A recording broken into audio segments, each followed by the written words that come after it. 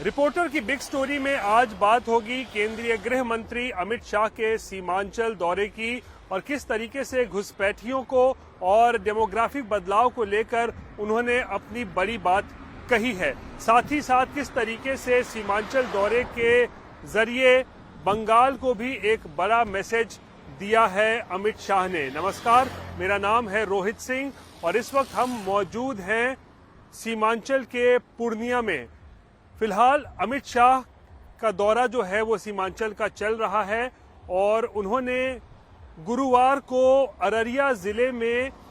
उन 7 जिलों के डीएम और एसपी के साथ बड़ी बैठक की है और ये वो जिले हैं जो दरअसल सीमांचल का हिस्सा हैं और खासकर नेपाल से भी सटे हुए हैं। अगर सीमांचल की बात करें तो अररिया,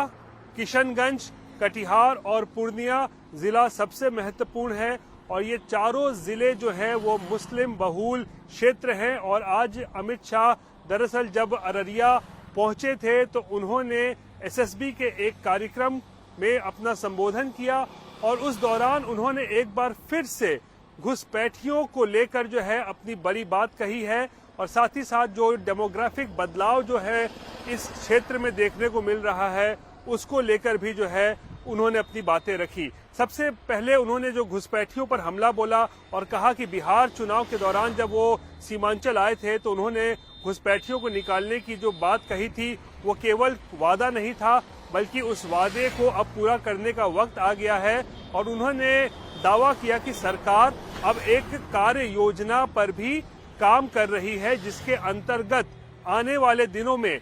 बॉर्डर से अंदर जो 10 किलोमीटर का पूरा क्षेत्र होगा और उस इलाके में जितने भी अतिक्रमण होंगे यानी अवैध जो वहां पर जो बिल्डिंग्स बनी होंगी या किसी तरीके का कोई धार्मिक स्थल भी हो सकता है उन सब को जो है वहां से हटाया जाएगा। यानी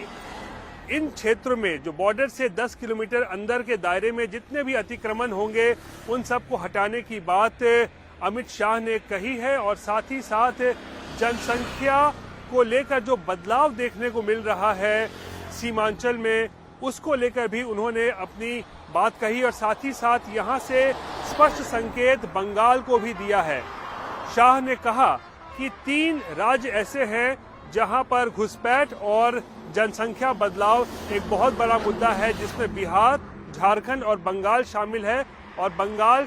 का वो इलाका जो सीमांचल से लगता है उसको लेकर भी उन्होंने अपना सख्त संदेश दिया है और कहा है कि आने वाले दिनों में